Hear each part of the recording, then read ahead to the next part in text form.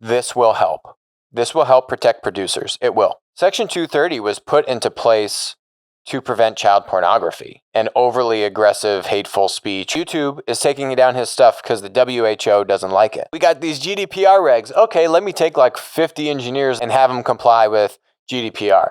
Meanwhile, everyone else that actually has somewhat finite resources, like literally every other company besides the tech monopolies, just now had to divert resources away. Section 230. We've talked about Section 230 so many times on the show. I'm not going to rehash it. Maybe we'll link to a prior description of what Section 230 is. What has now come out is that the DOJ is looking at kind of piercing this shield, this liability shield in Section 230, which treats content platform businesses as not being liable for the content put on their site.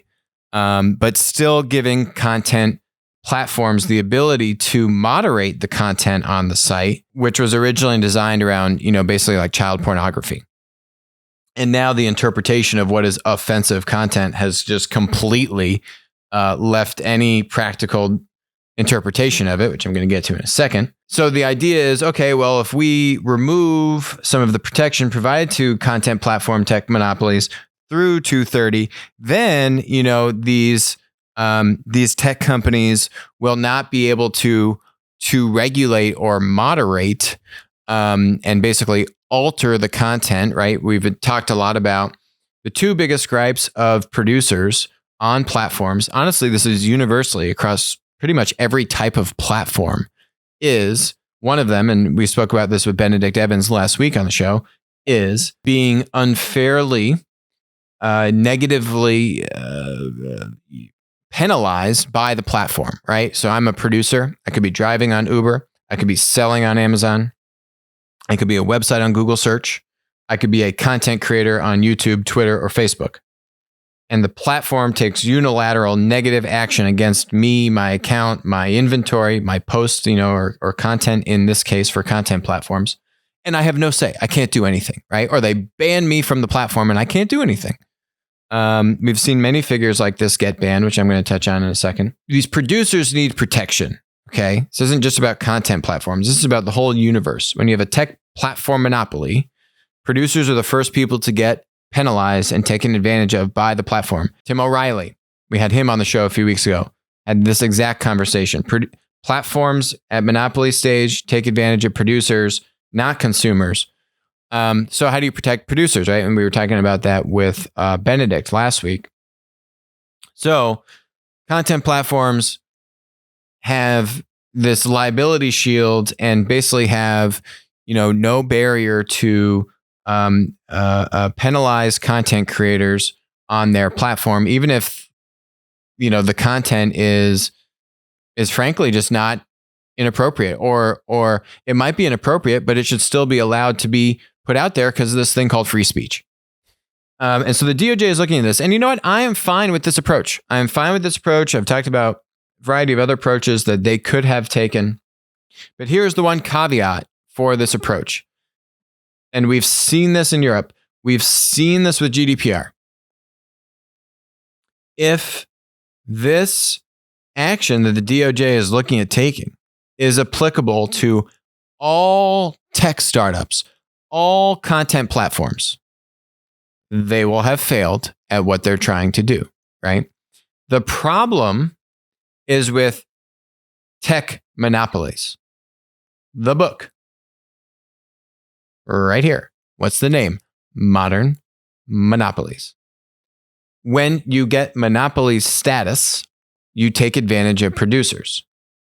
It doesn't mean you need to break up the company, but it means you need to put protections in for the producer, right? So if this is a way of doing it and saying, hey, if you inappropriately take advantage and silence or moderate producers posting content onto a content platform, you won't get your 230 protection on that. Okay, that might work. Problem is when you have this law, which is applicable to all content platforms, now, when you weaken these protections, if you weaken the protections for every tech company, including the startups, which are trying to compete against the monopolies, you have now just helped the monopolies. The single thing that you were trying to correct, which is monopoly power, you have now just enabled. And we saw this with GDPR because GDPR came out and said, oh, here are all these privacy restrictions with tech monopolies. Everyone, you're just taking advantage of everyone's data. We need to protect everyone's data. GDPR. Well, GDPR was applied to not just every tech company, but every business in Europe. And GDPR is an absolute nightmare. Why is GDPR an absolute nightmare? Because GDPR put all these rules and fines and penalties in place about how to protect consumer information and data. And guess who has the best technology and the best tools and data to comply with that law? The tech monopolies. And guess who doesn't? British Airways, which got fined. I think Marriott got fined like 40 million euros or something. And tech startups. And so now incumbents and tech startups need to divert resources to comply with GDPR. Oh, and guess what? Facebook and Google have infinite resources and are more than happy. I mean, they just have extra engineers, right? It's like, I've got 2,000 extra engineers. Google literally has made their own version of Salesforce just because they didn't want to use Salesforce. It's not even public. You can't use it. It's not even part of like Google Cloud apps, capability. It's just their own CRM that they custom built. And they've got like an extra 1,000 engineers. So they had to give them stuff and they didn't want Salesforce to have their data on who they're selling to. So they made their own Salesforce. These companies just have, like an extra 1,000 engineers and they got to give them stuff to do. So great, we got these GDPR regs. Okay, let me take like 50 engineers that were working on our own version of Salesforce and have them comply with GDPR. Meanwhile, everyone else that actually has somewhat finite resources, like literally every other company besides the tech monopolies, just now had to divert resources away from their product roadmap, whatever other stuff they were working on. And that severely hampers their ability to innovate and compete with, guess who? Tech monopolies. Okay, see my point here? This action by the DOJ could be good if they limit it to tech monopolies, right? If this is a carve out, if they're saying, hey, 230 is not going to provide full protection to Facebook and Google. And, I actually think Twitter doesn't have monopoly status. So I would just go as far as Facebook and Google if I was being, conservative and not too liberal with my, definition of who is a monopoly. But let's just say Facebook and Google. If this applies just to Facebook and Google, wonderful. You've won. Job well done. This will help. This will help protect producers. It will. If this now applies to every tech company that has a content platform business model, you've now done way more damage than good. It's not even close how much damage you've done. Now, every tech startup that's trying to do a content platform, you just killed off their whole business. Now investors are going to be so much more nervous to want to invest in that business because now they could all get sued and lose their investment. Now the product engineers and the product managers, now just have to divert all these resources to like content curation and moderation when they're just trying to get scale or monetization going, right? And by the way, like Facebook and Google could probably go fund lawsuits through some, snake hole third party, nonprofits or something to just go and sue all these smaller competitors. And here's like $500 million. Just go sue our smaller competitors, right? Like wonderful. Best use of money they could do with $500 million. That stuff will happen. Unless you limit what this is applicable to. Point in case, GDPR, post-GDPR, Google and Facebook have a larger share of digital advertising in Europe than pre-GDPR. Why? Again, same thing. Facebook and Google had the best technology tools and data to comply with GDPR, which meant that more of the advertisers not wanting to violate GDPR gave their money to Facebook and Google. I'm not making it up. I literally can't make it up. I've been talking about this for over a year now. That is the caveat. That is the slippery slope here. This needs to be specific to tech monopolies. Can't make that point enough. Now, who will this help protect? I've made the point many times. These content platforms need to be more open than closed. These content platforms are much more closed than they should be. These content platforms, as a result, are penalizing producers, whether those are content creators on a Facebook, YouTube, YouTube I would include in this, by the way, but that's part of Google. Content creators on Facebook, YouTube, websites on Google search, and so on and so forth. And let's give some examples. I'm not getting into the partisan stuff here, right? This guy, Scott Atlas, he's with the Hoover Institute, which is at Stanford University. And he's also one of the White House's kind of doctors on COVID. And you can see here, YouTube took down a June 23rd interview that Scott Atlas did with his employer, Stanford's Hoover Institution, highly reputed kind of think tank and innovation center, because it contradicts the World Health Organization or local authorities' medical information about COVID-19. This is the kind of stuff I'm talking about, right? This is the kind of stuff where you say Section 230 was put into place to prevent child pornography and overly aggressive, hateful speech or harassing, speech and that kind of stuff. This is a well-reputed doctor, actually on the White House, doctor staff at the Hoover Institute at Stanford. And YouTube is taking down his stuff because the WHO doesn't like it.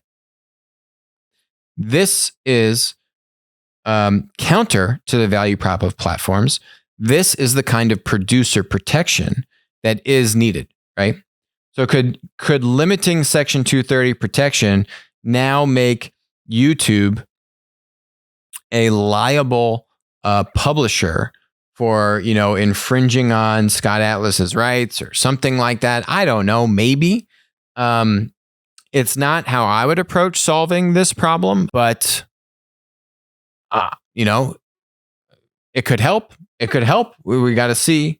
No one really knows exactly what would happen in the courts or so. Like, what is this going to do? Ideally, what it would do is make the tech monopoly content platforms take down less stuff and be less penalizing to content creators, right? To be more open as opposed to more closed. Ideally, that would be the outcome if you limit this Section 230 dilution to tech monopolies, right?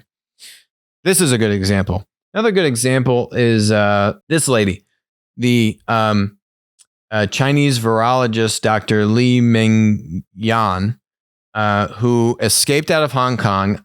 God forbid, I don't know what happened to her family, poor thing. Escaped out of Hong Kong, was working in the virology labs in China and Hong Kong, was working with the top COVID experts in Asia. And this stuff, her content, her interviews have been heavily censored. Her Twitter profile has been banned off of Twitter because, this runs counter to what's appropriate. I mean, it's a joke. No one even understands really what's going on with COVID. And you can't have a conversation. You can't let this lady express her opinion. I mean, she fled China. Guarantee her loved ones and other friends back in China are being, unfortunately, penalized for her actions. And now American content platform companies are supposed to be about opening up information and sharing information, helping people communicate and collab. You can't talk about this? I mean, actually, this is reminiscent of what China did to censor doctors and officials in Wuhan to communicate with each other on WeChat. Does this not ring the same bell of this just big brother regulating what's appropriate, what you can and can't talk about, where you had all these Wuhan doctors and health professionals trying to communicate with each other over WeChat? They got monitored. They got pulled into the secret police's rooms. They got threatened. They got, their families penalized and in trouble.